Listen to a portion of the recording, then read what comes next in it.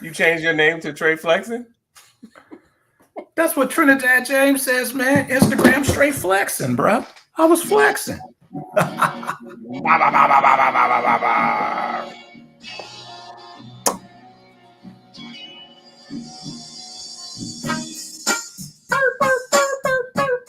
Yo. What up, what up? Episode 158 of the Collective Podcast. I am AC from LA. He is Trinidad James, aka SG Trilogy, aka Spaghetti Sam, aka the Big Cigar. What's up, Samuel? Man, it seems like we have not been on here. You mean like we took a week off or something? So it's been like 2 weeks since we've been here? It's been like 2 weeks, man. Like we haven't been on here in forever. Forever. Yeah. But we're back. We're back. I guess maybe it wouldn't be in these days, it wouldn't be an episode without this. Yo, what up, y'all? This is Master Ace from Brooklyn, New York. You are tuned in to the Collective Podcast with my man SG Trilogy and AC from LA. Let's go. Yo, we like Master Ace. You know, he said the names out of order. That's probably marching orders that he got from that guy over there.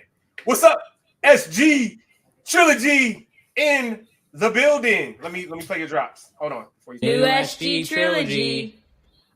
New Spaghetti Sam, aka the Big Cigar. Okay. What's up, Sam? How were your 2 weeks, I guess, my friend? My 2 weeks were great, brother. I didn't expect it to be 2 weeks, but you know, life started lifing. So we had to make an adjustment, but my 2 weeks were great.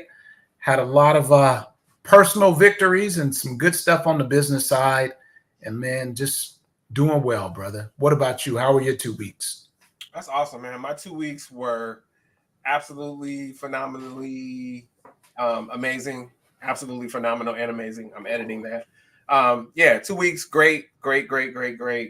Yeah, no complaints. You know, for those who were here for the last time we were here, I have to now disclose that I lost a bet to Sam, and so that's why we were pretending like I was in a relationship. I wasn't really, but I lost the bet to him, so I had to go on here and say I had a girlfriend and all of that. So let's clear that up. That wasn't real. Hopefully I don't lose any more bets to him. So that being said, we back in the building. It's episode 158 of the Collective Podcast, and I feel like Sam was testing me right before we came on. So you know, I balance. I'm staying strong. Stop playing with me before I turn you to a song. Stop playing with me before I turn you to a song. Hey.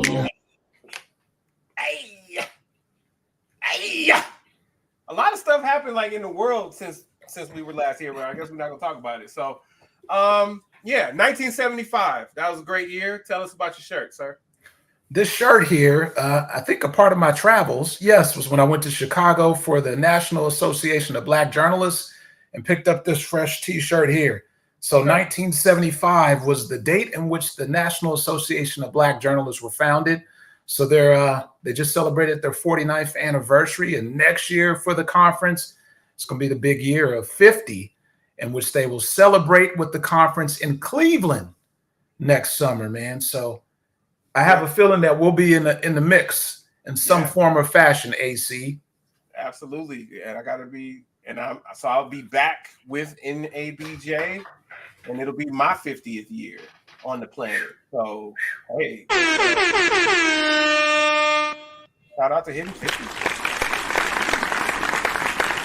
So as I stated before, this is the Collective Podcast. And I am New AC from LA. I love the drops. And we already said who he was, so we're good. We're about to get going. You know, Sam really does get geared up for certain things.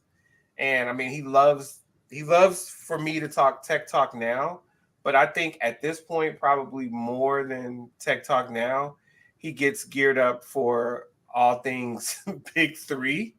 And so along those lines, we're going to let Sam go ahead and get to that. But first, he's going to tell us where you my people can find us. So hold on a second. Let me pull that up. Allow for 1 month. Yeah, how about that? All right, Samuel, let them know. All right. So we have a saying here at the Collective Podcast that times are always best when you connect with the Collective Podcast. And we truly believe so. There are quite a few ways that you can remain connected with us. You can go to our official website, which is tcpodofficial.com. On Facebook, we are TC Podcast Official. On YouTube, X, and IG, we are TC Pod Official. Do us a favor. When you go over to YouTube, make sure that you hit the subscribe button. Subscribe. On IG and X, he is AC from LA. And yours truly on IG, I'm SG Trilogy. And on X, I'm SG3. We appreciate you for connecting with us. That's what's up. All right. So this is what we're talking about today. We're going to go into the big three. Sam's got an interview that we're both excited to share with you. Then we'll talk a little WNBA, and I'll just give you a preview of that. Sometimes you could be the baddest woman on the planet and not enough to get your team over the hump. And that is happening right now with the baddest person on the planet. So we'll get to that in a little bit. Major League Baseball, the return of the king. And not that fake king who y'all be talking about. Then we go into NCAA football for the first time this fall. Well, I guess it's still summer. So for the first time in a while, we'll go into NCAA football. Then we'll do our restructured situation where I'll go into Tech Talk now. Then we'll go into the culture. You know, I didn't even check the culture. I don't even know what you're talking about, but I know it'll be amazing. And then we'll have the closeout. Fair enough, sir? Let's do this. All right. So I know you have a little intro before I share your interview. So kick it over here, baby pop. All right. So the last time we got together was on August 14th, and it was leading into the championship weekend for the Big Three. So we ended up, shortly thereafter the show, we ended up securing an interview with Hall of Famer, Naismith Basketball Hall of Famer, and Big Three Commissioner Clyde Drexler, and the head coach of Three's Company, Big Three Team Three's Company, Naismith Hall of Famer Michael Cooper.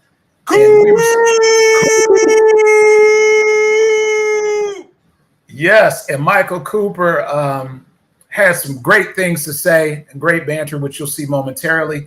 Gary Payton was supposed to join us. He is the head coach of Bivouac, but he had some other obligations, so he had to leave a little bit earlier than anticipated. But without further ado, we're going to go to Clyde the Glide and Michael Cooper as they talk all things Big Three. All right, settle in, y'all.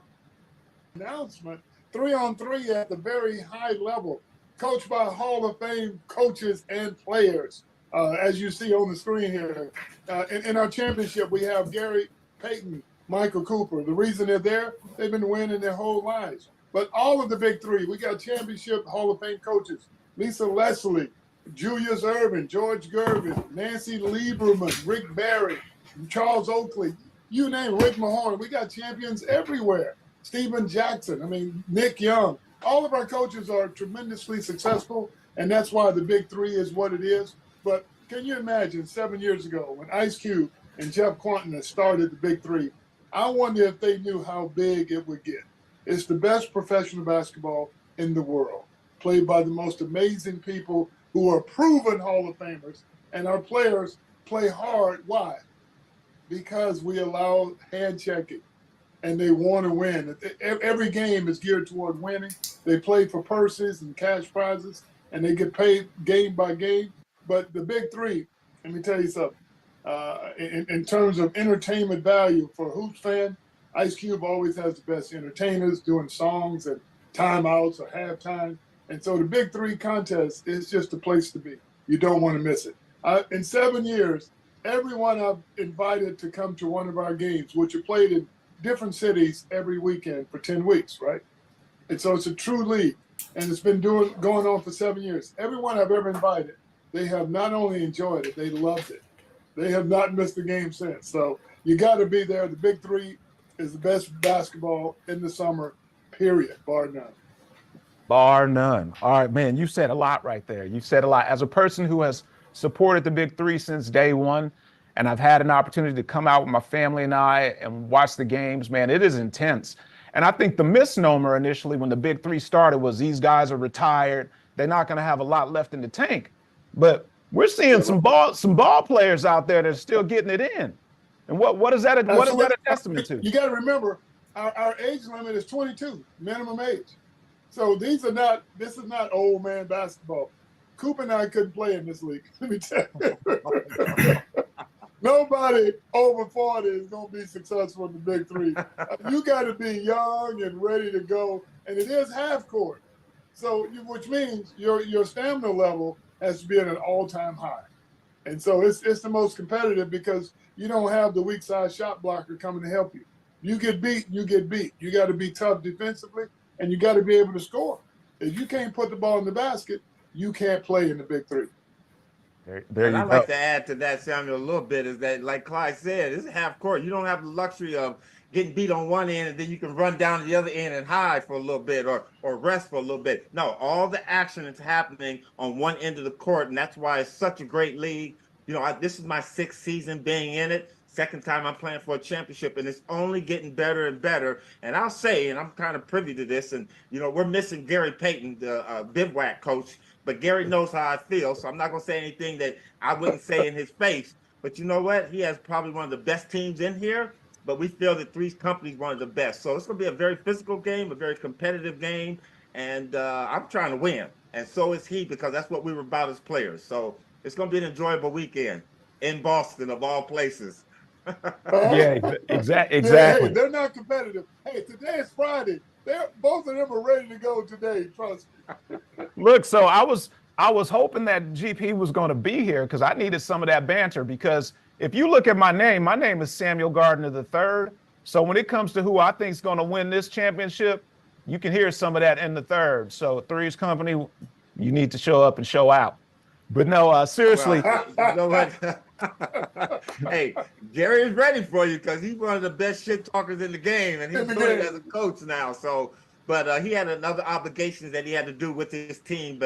But again, you know, this is nothing short of very competitive basketball, and I'm pretty sure his team will be ready to go and ready to compete. And you know what? The one thing I say about GP is to show you that his coaching motivation, his coaching talent, he's taking a team that never made the playoffs before, Bivouac, and is bringing them all the way up, not just to a playoff team, but one of the most feared teams in the league. And I think this is not just going to be 1 year for him. This is going to go on, and every team in our league is only getting better and better. And it's fun seeing different teams. Before it was power, before it was triplets, before it was trilogy. Now you get to see 2 other teams that's rearing their head to vie for championships in Three's Company and Bivouac. Right, and I think Three's Company, you guys have some momentum because I know you dethroned the defending champs last week. So there you go. And it was very hard too, Sam. I'm telling you, because we had to beat them twice. And that was a fear that I had. You know, you usually can beat a team one time, but to play them the next week was going to be very, very difficult. And that tells you a lot about our team and about this league, is that on any given day, any given weekend, any team can come out and win. And that's what makes this such an explosive, exciting, invigorating, competitive league, the Big Three. That's awesome. All right, Commissioner, back to you. So What who you are got? we talking? MVP, Defensive Player of the Year. Who do we have? I know it was a lot of talk. I've watched the league. We've all seen it. So who do we have for MVP this season? MVP. This is gonna really throw you. Michael Beasley.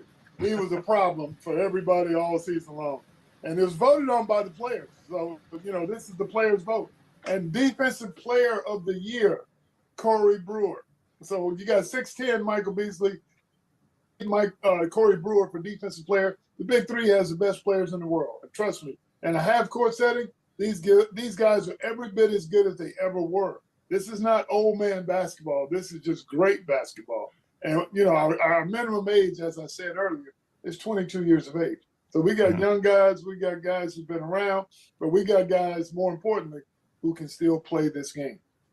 Awesome. Okay, lastly, now that we're old friends, I'm going to need some help here. I talked to Jeff and Ice Cube last week, and I told them, we need us a team here in Dallas-Fort Worth. And Jeff told me, I can call him if we don't end up with a team here. But Jeff said we're going to get a team. So can you guys kind of give a friendly nudge? We need a Big 3 team here in Dallas-Fort Worth. If Jeff said it, then it's going to happen. Trust me. Jeff and Cube, I mean, they're the greatest guys. They started, they were the founders of the Big 3. And they are just phenomenal to work with. They love the players, they love the coaches, and it's just been a thing of beauty. I've been involved all 7 years, and these guys are about as good as it gets when it comes to working with people to build a new league. I mean, there's been so many challenges, and these guys face them. They find solutions, and it's just been a joy to watch and see how they handle themselves throughout all of the different tasks that they've had to, problem solve with. But more importantly, they're passionate basketball fans, which is why they started the Big 3. Because, Cube is a big Kobe fan. And when Kobe retired, he said, these guys should have another place to go if they want to continue to play. Because in Kobe's last game, what do you have, 61? Yeah. So he knew that these guys are retiring too soon. But we got some of those guys, but we still got some 20-year-olds who are still trying to make the NBA. And so our league is very competitive. We got guys from overseas, and it's just you got to be really good to make these teams. And Coop can tell you, if you don't have game, you will not make a Big 3 roster. Okay. Everybody on Michael Cooper's team is a legitimate, bona fide player, good enough to play in the NBA, let alone the Big 3. And they bring that passion and that skill level each and every night, because that's why he's in the championship, because he can motivate these guys. And as he can tell you, our games go quick. 25 is halftime, 50 is the end of the game, but you got to win by 2 points. So if a guy gets hot, start making those 4-point shots, you could be in trouble. and another little perks that we have that I love, because again, in old school basketball, when you're playing on the ground, you go to the hoop and the guy fouls you and you say foul, and everybody, and then you just go one-on-one. We got bring the fire. Okay, so somebody go to that hoop and get fouled, I'm gonna hit that red button, some fire gonna shoot up, and them two players got to go one-on-one. And the best outcome, if we score, we get that basket. If we don't, the defense win. As well as, which I think is something that's going to spread to the NBA, is that 4-point shot. NBA players today are shooting the ball so far out that you got to reward them with that. Well, we already reward them in the Big 3. You got your foot on the paint. Michael Beasley, one of the best 4-point shooters in our league. You hit that shot, you get 4 points. So we got a lot of unique little adjectives to our game, which makes it that much more enjoyable and fun and exciting and competitive. Yeah, and as you said, Coop, the NBA will certainly adopt that 4-point circle. They may have a 4-point line, but I think the circle's better because the defense has got to get out there to guard you in that one spot. Yep, for sure. So there's only 3 spots, and so that 4-point shot will change the game. And we've been doing it for 7 years. It's only a matter of time before the NBA adopts that, as they've adopted a lot of our principles and our policies and for mental health to everything else. And the game has to keep evolving. And so the Big 3 is at the forefront of that. Give Jeff Quantinence and Ice Cube a ton of credit for making it. They are visionaries. Wow. There you go, brother. All right. They had a lot to say there. They unpacked a lot. So a couple of things, man. Let me acknowledge, because you started off the show talking about a bet that you lost. So let me talk about a bet that I lost, because in that finals game, it was Three's Company, coached by Michael Cooper, against Bivouac, which is coached by Gary Payton. And Bivouac won by a final shot. It was a bank shot that Garland Green hit, taking them. Mind you, Bivouac, as Coop said, had never even made the playoffs. They prevailed to win that game 50-47. So you called it, and I got to give you your props for selecting Bivouac over Three's Company, brother. So you won that one. So we even right now. Not that I even wanted to win that one. Shout out to the league, right? Shout out to Coop and GP for making the final, and shout out to an exciting final. And actually, I had the privilege of working Gary Payton's conference championship in men's college basketball this year. I worked that championship game, so got to know him a little bit. It was fun. We had a stare down at one point. It was real cool. It was real cool. The stare down was legit. But see, you got to stare back. You can't be no punk. Yeah, you have can't to. be no punk, yeah. Yeah, right. He by far is one of the most intense trash talkers ever. Yeah, Does that but mean? he can trash talk with his stare, and it's like I don't know if you like some of these officials are scared, sir. I'm not one of them. I admire you, but you're just a coach right now. Right. So let's go. No, man, but I appreciate you for, man, letting me run with the big three this summer, man. You know, I get so excited about it, brother. So I appreciate you for entertaining and laughing with me and, you know, talking a little trash back and forth, brother. So, yeah, that was a big three. Congrats to Bivouac for winning the chip. Yeah, no doubt, no doubt, no doubt, no doubt, no doubt. I mean, I guess overall, I like you. So I'll let you run with certain things.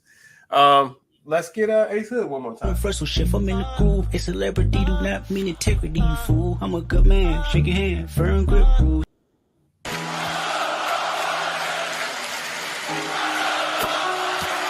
They're chanting, trust the process. Trust the process. Trust the process.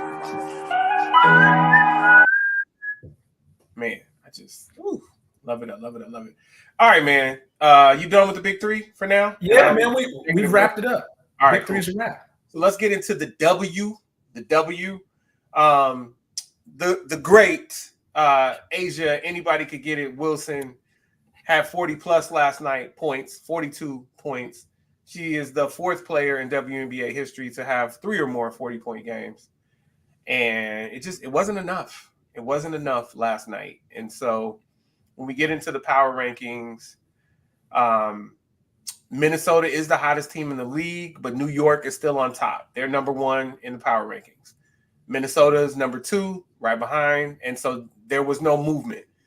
The Sun, the Connecticut Sun and the Vegas Aces swapped places. Connecticut moved up to number 3 and Las Vegas dropped to 4. And then Connecticut turned around and lost to Indiana today. And Indiana's hot, even though they're under 500. They're 14-16. They beat Connecticut. Vegas got a win, and then they lost to who did they lose to yesterday? Atlanta?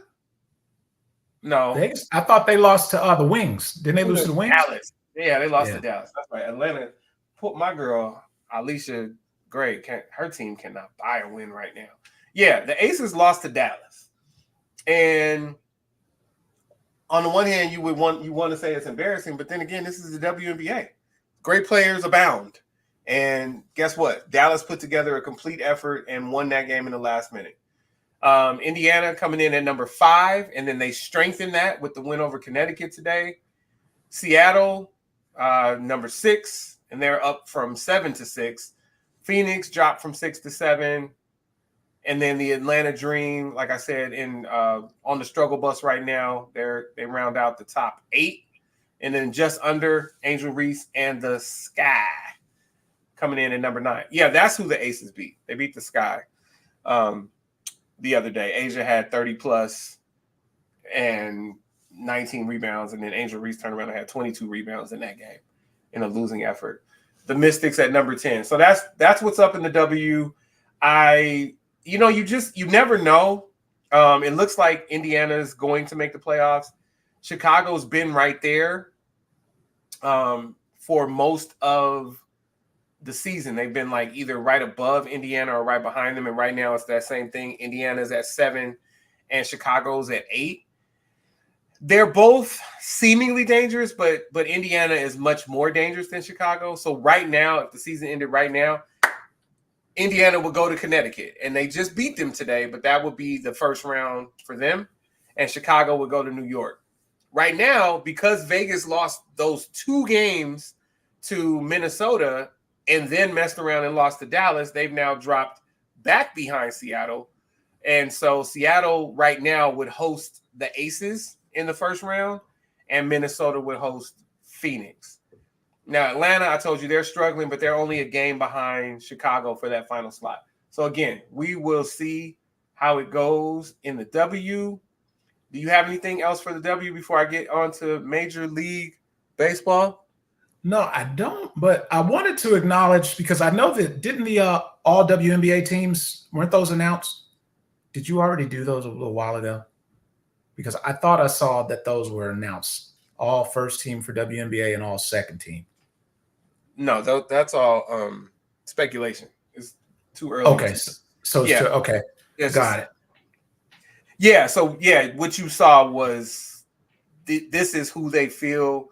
For instance, what it said was Asia by a mile for MVP, but if they continue to struggle and Minnesota with Nafisa Collier, let's say, finish with the number 1 seed, then Nafisa Collier has an argument because they've been kind of unstoppable since the Olympic break. But she's otherworldly is Asia. Now, where Nafisa can break through is Defensive Player of the Year. So right now, she's the leader by a minuscule amount over, guess who? Asia Wilson, who is up there in points and rebounds and blocks. And then she's up and steals. And then she also drops assists. Like, so it's one of those things. But Nafisa Collier she's having a moment. So shout out to both of them. Potential MVP, there's a potential battle between both of them for each of those awards. But Asia is leading by a mile in MVP, and then Nafisa Collier is leading by a little bit. And then you go to Rookie of the Year, and it depends on who you talk to. Caitlin Clark broke the rookie assist record today by hitting her 86 three-pointer. And then Angel Reese is a double-double machine, and she leads the league in rebounding. So, there's that. And then she's done things that no one's done in the WNBA before with 22 double-doubles. So, I don't think that Caitlin Clark is walking away with it, but I don't have a vote. So, there you go. So that's the W. Can you bring this out now? Mookie! The return of Mookie. We already did that, but guess what? The return of the Dodgers to, drums, please, the number 1 spot. The Dodgers are back to the number 1 spot in the power rankings, even with the loss last night, because the power rankings were done before that. But the crazy thing is the Dodgers jumped from 4 to 1. And even though they're moving along, the Arizona Diamondbacks and the Padres are on the Dodgers' heels. They're only 3 games back. Like, they're really making a game of this. It's not a runaway thus far. So anyway, Dodgers. Well, hold on. Let me give you kind of an overview. So Shohei Ohtani, 40-40 season, 40 home runs, 40 steals. The Phillies have struggled of late, but they're still in the top 4 because they've been pretty much excellent all season. The Dodgers jumped from 4 to 1 on the backs of the roster strengthening. By the way, shout out to Jason Hayward, who was designated for assignment and subsequently picked up by the Houston Astros, and also not talking to his former teammates. He's only talking to Freddie Freeman. I get it. The Yankees stayed at number 2. And guess what? Aaron Judge is having his best season. Scary. And then with Juan Soto there, that combo is just deadly. The Phillies, with their struggles, dropped from 1 to 3. The Orioles dropped from 3 to 4. Brewers up to 5 from 6. The Astros jumped from 9 to 6. Guardians dropped from 5 to 7. Diamondbacks and Padres swapped. The backs are at 8. The Pods are at 9. And then the Royals dropped from 9 to 10. So not a lot of big movers this week. The Astros jumped up 3. The Dodgers jumped up 3. We talked about that. But, the Guardians dropped 2. Royals dropped 1. The Pirates, they fell 5. But they fell from 18th to 23rd. So no one's talking about the Pirates anyway. But, yeah. So that's what's going on in Major League Baseball. And then of note, you have the Orioles, who are number 4 in the power rankings, at the Dodgers. this week. And so game 1 went to the Orioles. It was a slugfest. I'm sorry, it was a heavyweight bout. It was a slugfest. The Orioles won 3-2. Flaherty for the Dodgers made 2 mistakes, and it cost him the game. And so it had a playoff feel, playoff atmosphere, kind of like a World Series preview, and it very well could have been. So let's see what the Dodgers do tonight. Any questions, my friend? No, man, but I wanted to kind of play off of what you said, how you talked about it being a slugfest, in the spirit of slugfest, and then there were 5. And when I say and then there were 5, there are 5 players who have 35 or more home runs. So that's being led by the Yankees' Aaron Judge, who has 51 homers, followed by Shohei Ohtani, who has 41 homers, Anthony Santander with 38 from Baltimore. The Braves' Marcell Ozuna has 37, and Juan Soto. I guess Juan and Aaron are trying to be that modern-day Bash Brothers because Juan Soto has 37 homers with the Yankees. So we have roughly 30 games left. Man, do you think Aaron Judge is going to return to his 2022 form in which he hit 60? Aaron Judge might have 60 by next Sunday. Right. I don't think we're talking about 60. I think we're talking about, yes, he'll get to 60. Yeah. I think Shohei might get to 60 right now. I think Aaron Judge 60. I think 60 easily, which is scary to say. And then we'll see how soon he gets to 60 to see if the conversation changes at all. Fair enough. But yeah. Fair enough. Right. And then scary, I don't know how many times you've had 2 over 45 on the same team. Check that, but I think Soto can get to 45.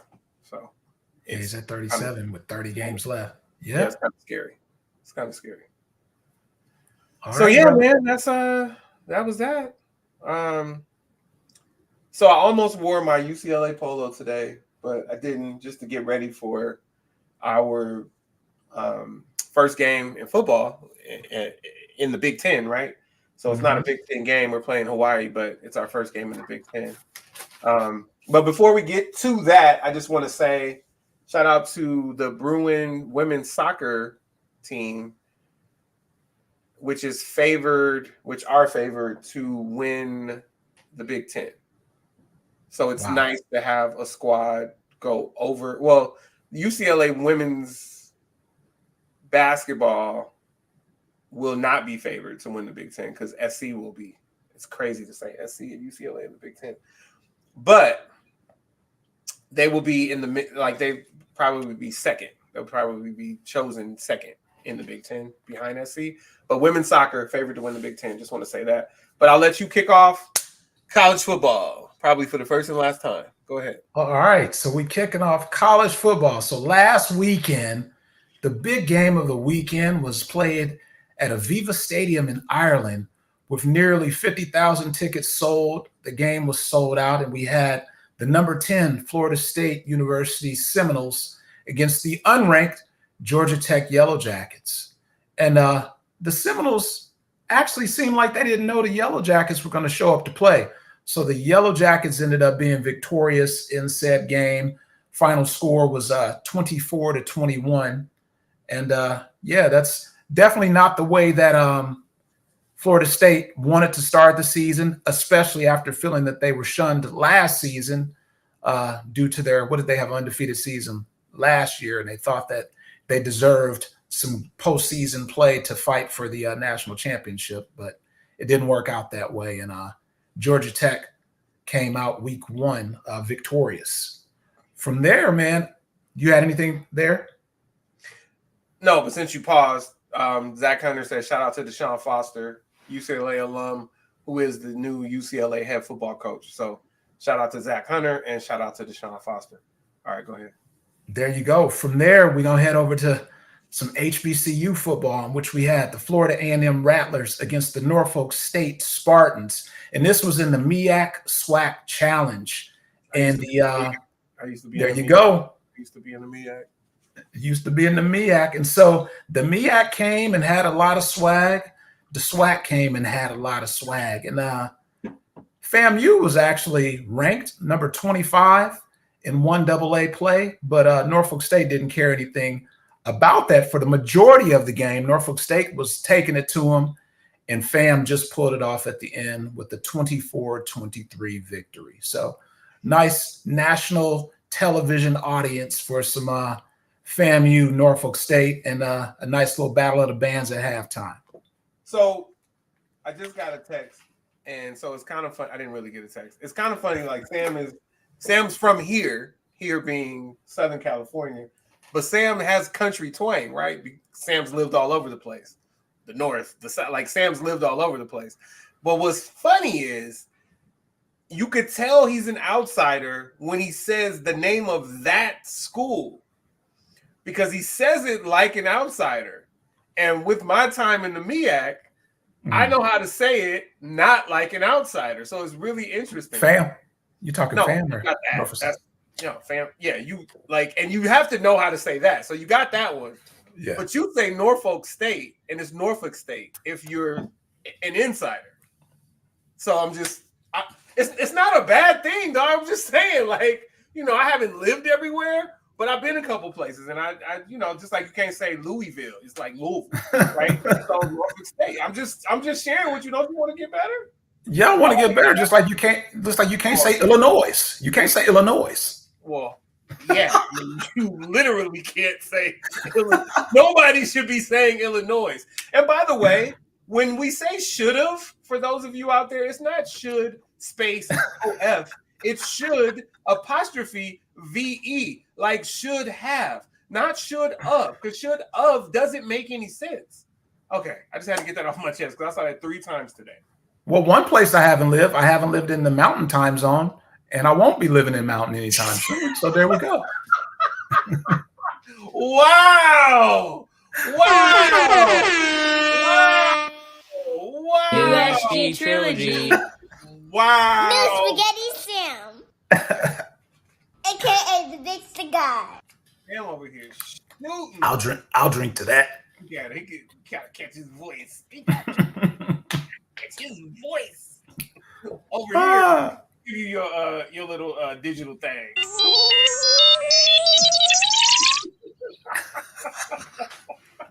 You didn't see that one coming. You did not. No. And there's so many funny things about that because, like, even when you would introduce like the time of the show, you would give. I never would say it. Right, you give 3 times zones and leave that one out. And I'm like, all right, I just got to trust the process. But yeah, there you go. Yeah. Watch. Look, my watch is not set for that time zone, buddy. There we go. And you know what? I'm gonna let you have that one because you know like what I've done in the mountain time zone, but this is your time, brother. So forget about the mountain time zone. Forget about them. All right, yes. Is it time for like the digital display? Oh yes. No, you gotta. Don't you need to? I'm not doing You're not doing it. No, I had it in there, and then someone said, "Oh, it's very like with the AI, it's very robotic," and so I just haven't re-recorded it. So I'll say this: we are brought to you by Virtual Staff Source, which is my virtual staffing agency. And so if you feel like you don't have enough time in the day as a business owner, as an entrepreneur, as a marketer, as an influencer, holler at me about virtual staffing. I can get you an executive assistant, a social media manager, any of those things, a bookkeeper for less than you might think. So holler at me about that. Brought to you by Virtual Staff Source. Bang. Bang, bang. All right. So it's time now, or it's almost. Oh, it's time, brother. I'll do this whole thing. Just okay. All right. I got it.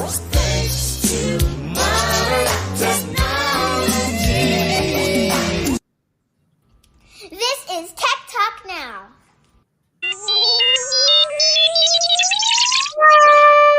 Oh, I guess I should play the Nitro. Oh no, I shouldn't play the night driving. I should have like done the night driving in it, but I didn't do it. All right, here we go. Tech Talk Now. Hey everyone, welcome back to Tech Talk Now. I'm your host, Anthony Carter, also known as AC from LA. And today we're diving into a topic that's really gaining momentum across various industries: digital twins. Now, this might sound like something of a sci-fi movie, but it's real. And it's transforming how businesses operate in the physical world by using digital replicas. So, what exactly is a digital twin?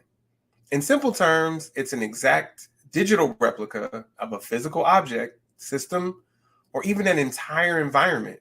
Think of it like a mirror in the digital world that reflects the state and performance of something in the real world.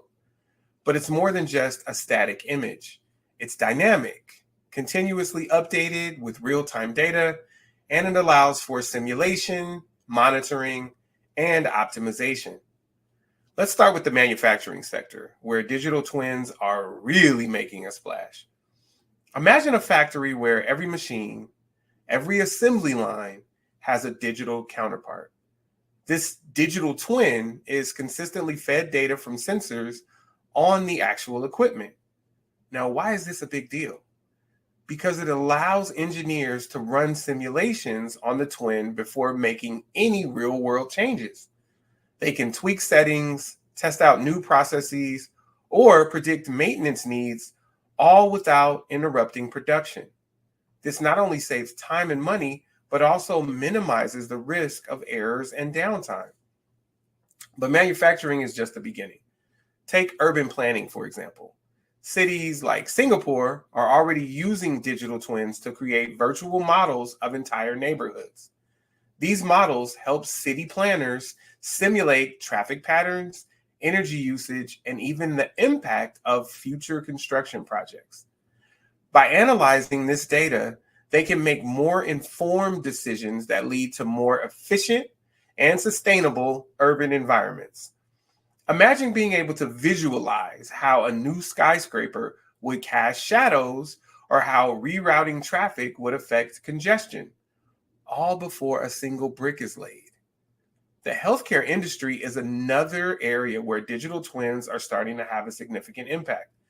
We're talking about the potential to create digital replicas of the human body. Yes, you heard that right. These biomedical twins could allow doctors to simulate different treatments on a patient's digital counterpart, predicting how they might respond before administering anything in real life. This could revolutionize personalized medicine, making it more precise and tailored to individual needs. In the energy sector, digital twins are being used to monitor and optimize the performance of power plants and grids. By creating a digital replica of a power plant, for instance, operators can predict potential failures and optimize the plant's efficiency. This leads to more reliable energy production and lower costs. And let's not forget aerospace. Companies like Boeing and Airbus are using digital twins to improve the design and maintenance of aircraft. By simulating flight conditions and the wear and tear on aircraft components, they can enhance safety and extend the lifetime and lifespan of their fleets. So, what's enabling all of this? A combination of advanced technologies, including AI, machine learning, and the Internet of Things, or IoT. These technologies allow for the continuous flow of data between the physical and digital worlds, ensuring that the digital twin is always up to date and accurately reflects its real-world counterpart. The future of digital twins is incredibly promising. As these technologies continue to evolve, we'll likely see even more innovative applications across different industries. From smarter cities to more personalized healthcare, digital twins are set to play a crucial role in the next wave of digital transformation. That's all for today's Tech Talk Now. I hope this deep dive into digital twins has given you a glimpse of the future and how this technology is bridging the gap between the physical and digital worlds. As always, I'd love to hear your thoughts. How do you see digital twins impacting your industry? Don't forget to follow us on social media and share your insights. I'm Anthony Carter, and I'll see you next time.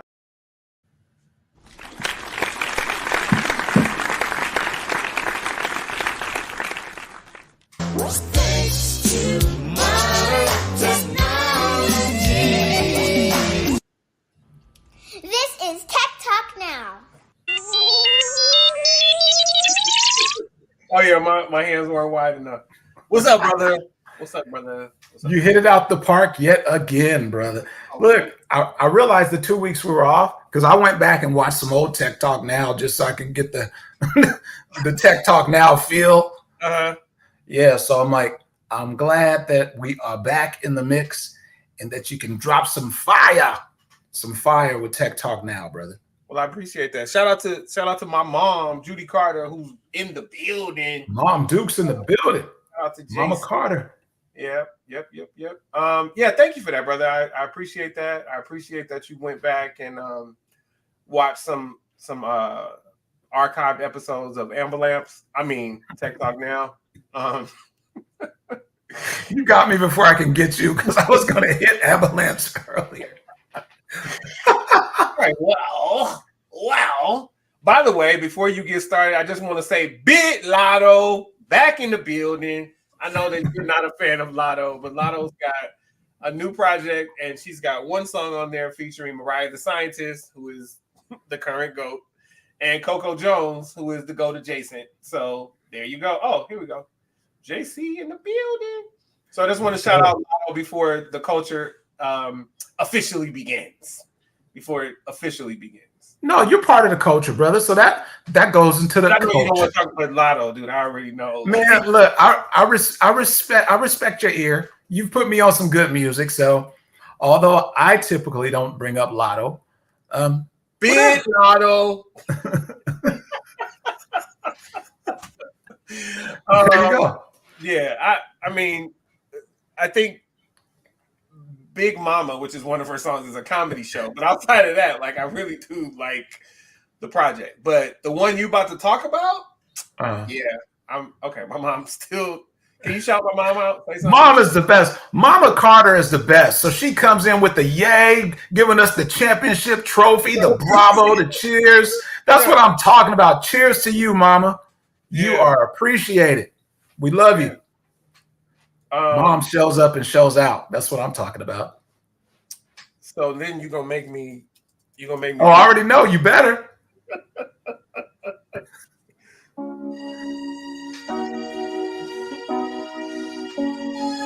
all appreciate it.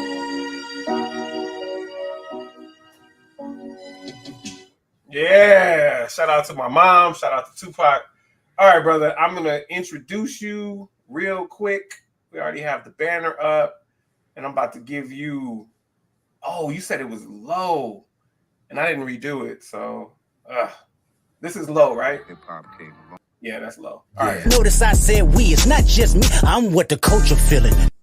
All right, kick it. Kick it over here, baby. Pop. All right. So we haven't done this in a while, but we are back with the culture. And I just have three items for you this week. So in the world of music, we're going to head over to Buffalo, New York for some hip hop, courtesy of Benny the Butcher and the Black Soprano family. They have a project out right now that's called Summertime Butch. If you like lyrics and amazing production, I'd recommend that you check out Benny the Butcher and the Black Soprano family, Summertime Butch. Dope project. I don't care where you're from. It's a dope project. So you heard it here first on the Collective Podcast to check out Summertime Butch. In the world of TV, for those of you that are car enthusiasts that grew up watching Pimp My Ride and all the gimmicky rides, and Pimp My Ride was a funny show. And literally, I remember on that show, they did a Mustang on one episode, and I saw the Mustang driving up Slauson one day, and it was the raggediest riding Mustang, but I remember it from Pimp My Ride. What you got there, brother? Did you say growing up watching Pimp My Ride? Yeah, there's some. Not everyone's our age on here, so some people were growing up watching Pimp My Ride. Our age, okay. So you're still growing. You got it. You got All it. right. So if you were a fan of the show Pimp My Ride, there's a Netflix show that takes pimping your ride and renovating your ride to the next level. And it's called Resurrected Rides. It's hosted by comedian Chris Redd of SNL fame. And it is a great show in terms of 8 episodes. I binge watched it a couple of nights ago.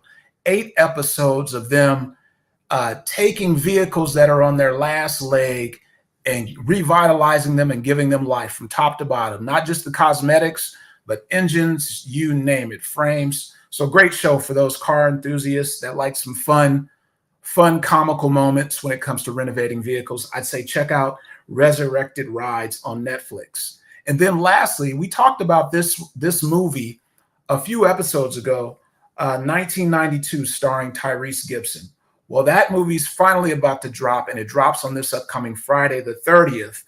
And the movie's premise is it's after the Rodney King verdict, and it's the LA uprising. And so it chronicles Tyrese, his character, living in Los Angeles and really just matriculating through days of uprising. So if you haven't seen the trailer, check it out. And it's one of those must-see movies. I know you and I, AC, we've talked a lot about the uprising that occurred, actually being teenagers when it happened, and some of our memories. So I think it's a movie that's really going to resonate with us. So keeping with the theme, my mom was one of Tyrese's teachers at Lock High. And I do want to watch that. And like Ice Cube said, April 29th was Power to the People.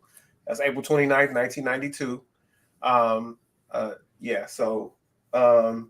That part. And then here's my question to you. No, I'll save it. I actually don't have a question. But yeah, it's important. So yeah. Oh, no, I do have a question for you. Go ahead. But will Tyrese cry? Because I need him to cry for me to come on now. Feel like I think that's in the contract. All right. He talked. I saw an interview with him, and he talked about the emotion behind it, especially when you're in an area that's experiencing uprising in your community. It's hard to not be emotional.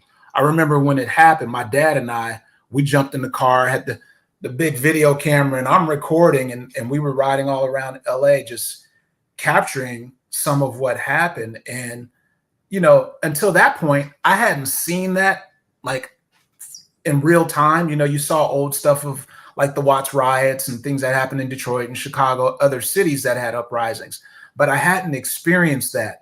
So when it all transpired, it was just a moment of history, a moment of time that I saw as a young person. And I know you saw it. We didn't know each other at the time, but we were seeing it through a similar lens.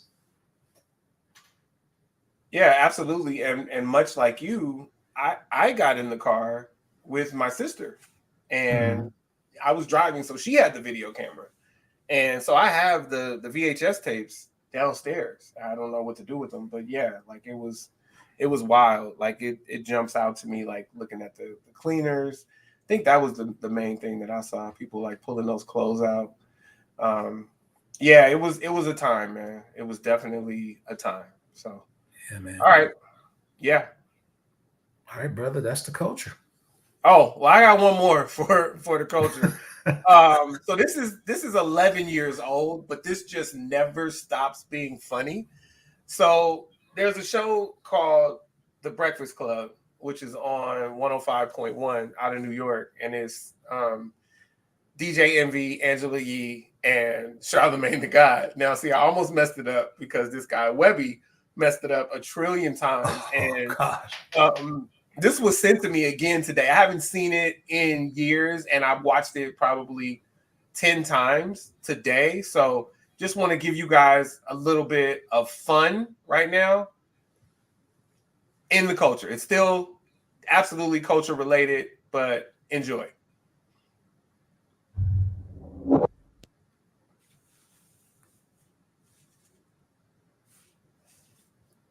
Webby, I need you to go in the studio and do some drops for the Breakfast Club, man.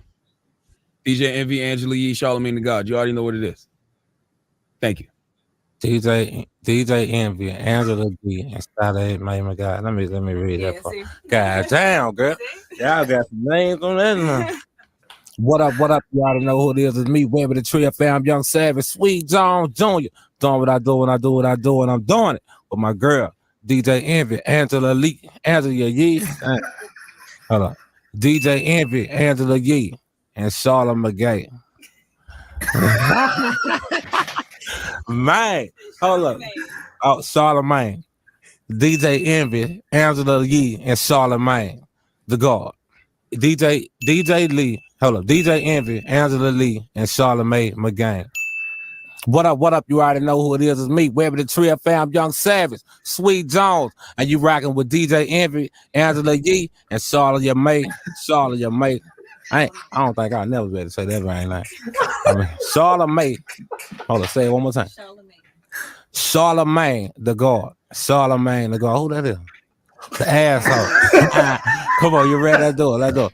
What up? It's me, Webby the Tree, fam, Young Savage, Sweet Jones, and you kicking it with DJ Envy, Angela Yee, and Charlotte your mate, the God. This is the Breakfast Club, baby. Okay, so yeah. Charlemagne. Wait, what? Who that is? When he said who that is, man, I almost lost it. Who that is? It's like you're the crazy thing about it is he knows Charlemagne, right? Charlemagne is the one who said do the drop. He said his name. So you're reading, and you can't pronounce Charlemagne. Probably can't pronounce champagne either. He can't pronounce Charlemagne, but you don't have to read it to pronounce it. You know what we need. You know what we need him to pronounce? What? Avalanche. That's what we need to hear Webby pronounce avalanche. You are called for. Oh my gosh! Yeah, that was a great moment in podcasting. Thank you. Oh my gosh! Oh my god! Oh yes. He always said the God with conviction. Yeah, he got that part right. Wait, who that is? Charlotte McGay, the God. Angela, he was like, my girl, DJ Envy. My girl, DJ Envy. And then Angela Gee, Angela Lee, DJ Lee. He was. And then he mumbled out all his names. Sweet draws. I'm like, what? I'm doing what I'm doing when I do what I do. And that's when we needed to infuse a little John drop. What? Like, huh? What was he calling himself? All those names. Webby B, Sweet draws. Yeah, that was great. I needed that right there. That just cleansed the palate of anything negative, just tears and crying and laughter. Thank you. And he didn't do it from the Mountain Time Zone. He did it from Eastern Time. There you go. There you go. All right. Well, I'm gonna go ahead and they say please pass the mic. I'm about to pass the mic to you, fam. USG Trilogy. I'm about to pass the mic to you, but I'm about to give you your musicality before I go. I told you, man. This is a vibe. Let me play the closeout drop. This is the closeout. This is the closeout. This is the closeout. This is the closeout. All right, get it. All right. So, man, this closeout for me is one that really means a great deal. So I was doing a little research earlier, and I stumbled across a quote. I've heard it in many variations over the years. But today, this quote really was one that struck a chord. So I just wanted to share this quote with you for my closeout. And it states, when one door closes, another door opens. But we so often look so long and are so regretfully upon the closed door. Regretfully, we're focusing on the closed door, that we do not see ones which open for us. That's by Alexander Graham Bell, inventor Alexander Graham Bell. When one door closes, another door opens, but we so often look so long and so regretfully upon the closed door that we do not see the ones which open for us. That resonates because we'll think a door closed and it's going to stop us from doing what it is we need to do and that we dream about doing. But when that next door opens, that's truly for you, you're going to know that it came right on time. So that's my closeout.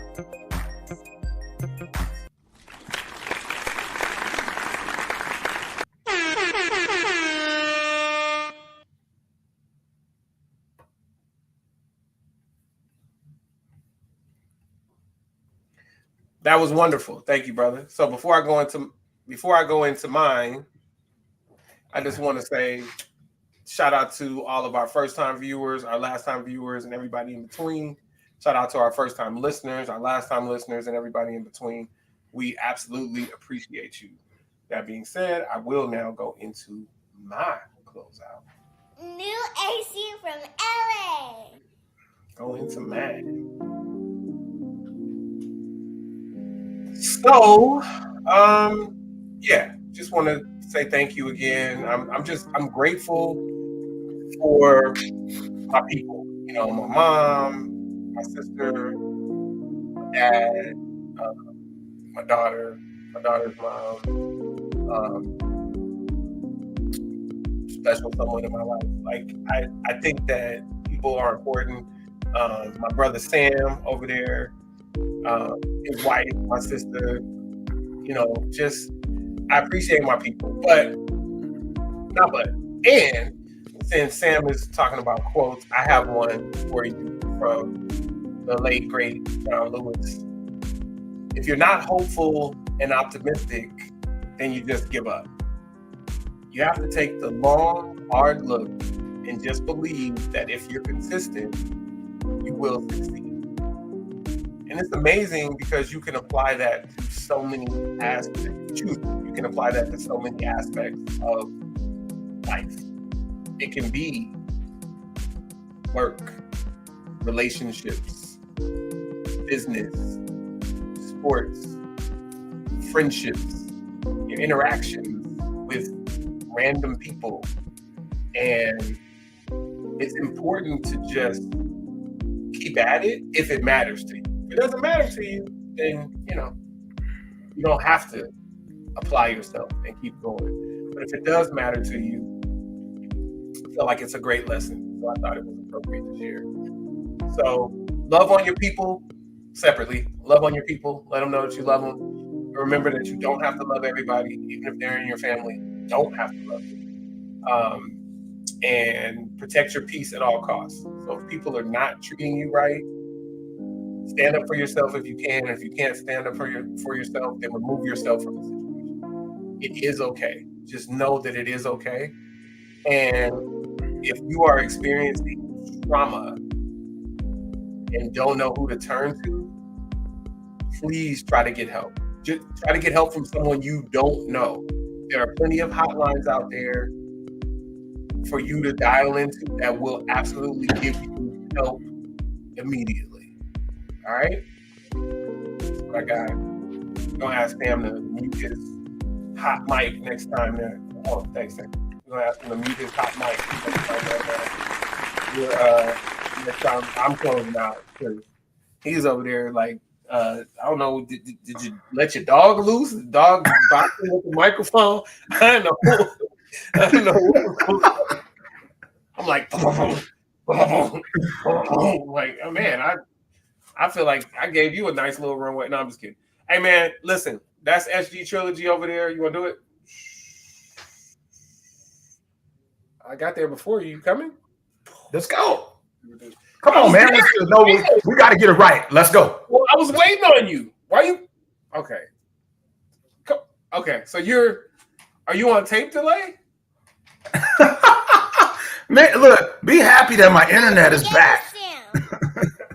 New Spaghetti Sam. New Spaghetti Sam. New Spaghetti Sam. Yeah. New AC from LA. This is the Collective Podcast.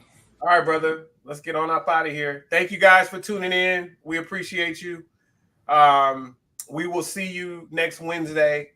We normally tell you again where to find us, but we told you in the beginning. And just please keep coming back. We'll let you know twice next week. But thank you for being here. We appreciate you. And we're going to get on out of here. Tupac, take us home. Let us pray. We out. Heavenly Father,